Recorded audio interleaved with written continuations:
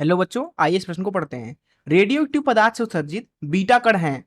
पहला ऑप्शन है विद्युत चुंबकीय तरंगे, दूसरा ऑप्शन है नाभिक के परितः घूमने वाले इलेक्ट्रॉन, तीसरा ऑप्शन है नाभिक से उत्सर्जित आवेशित कण, चौथा ऑप्शन है उदासीन कण।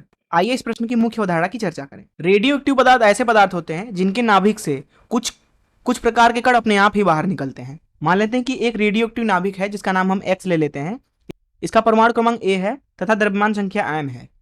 मान लेते हैं कि यह बीटा कण का क्षय करता है। अब जो बीटा कण होता है वो कुछ और नहीं बल्कि एक इलेक्ट्रॉन होता है, जिसे हम -1 E0 से दर्शाते हैं। ये हमारा बीटा कण है। बीटा कण का मतलब है इलेक्ट्रॉन। अब यहाँ पे होता यह है कि नाभिक के अंदर एक न्यूट्रॉन जब एक प्रोटॉन में बदलता है तो आवेश संरक्षण के लिए जरूरी है कि यहाँ पे एक और कण निकले, जो कि होता है इलेक्ट्रॉन अथवा बीटा कण। तो हमारे पास में नाभिक है कुछ इस तरीके जिसमें न्यूट्रॉन प्रोटॉन बहुत सारे हैं और इसके अंदर से बाहर की तरफ बीटा कण निकलता है, जो कि कुछ और नहीं बल्कि इलेक्ट्रॉन होता है। तो यहाँ पे हमें एक नए तरीके का नाभिक मिल जाएगा, क्योंकि नाभिक के अंदर प्रोटॉनों की एक संख्या बढ़ गई है, इसलिए यहाँ पे परमाणु क्रमांक 1 से बढ़ जाएगा, क्योंकि परमाणु क्रमांक कुछ और नहीं बल्कि प्रोटॉनों की संख्या दर्शाता है। और हमें यहाँ पे एक नया नाभिक मिला है जिसको हम वाई नाम दे देते हैं। अब क्योंकि जो बीटा कण है वो इलेक्ट्रॉन है, इसलिए इसके ऊपर जो आवेश होता है वो होता है -1.6 × 10⁻19 कूलाम के बराबर। तो इस मुख्य अवधारणा का इस्तेमाल करके आइए इस प्रश्न को हल करें।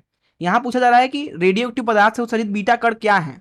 क्या ये वैद्युत चुंबकीय तरंगे हैं? बिल्कुल नहीं, ये भौतिक कण होते हैं और ये आवेशित कण हैं।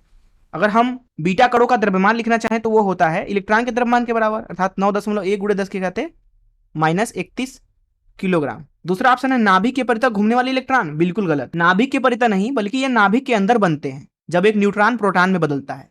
नाभिक से उत्सर्जित आवेशित कण, बिल्कुल सही। दरअसल ये बीटा कण जो होते हैं वो नाभिक से उत्सर्जित इलेक्ट्रॉन होते हैं जिनके ऊपर आवेश होता है। चौथा ऑप्शन है उदासीन कण। नहीं नहीं नहीं, ये एक आवेशित कण होता है। तो इस तरीके से दिए गए प्रश्न के लिए सी ऑप्शन जो है वो सही होगा। मैं आशा करता हूं कि आपको इस प्रश्न का हल जरूर समझ में आया होगा। धन्यवाद।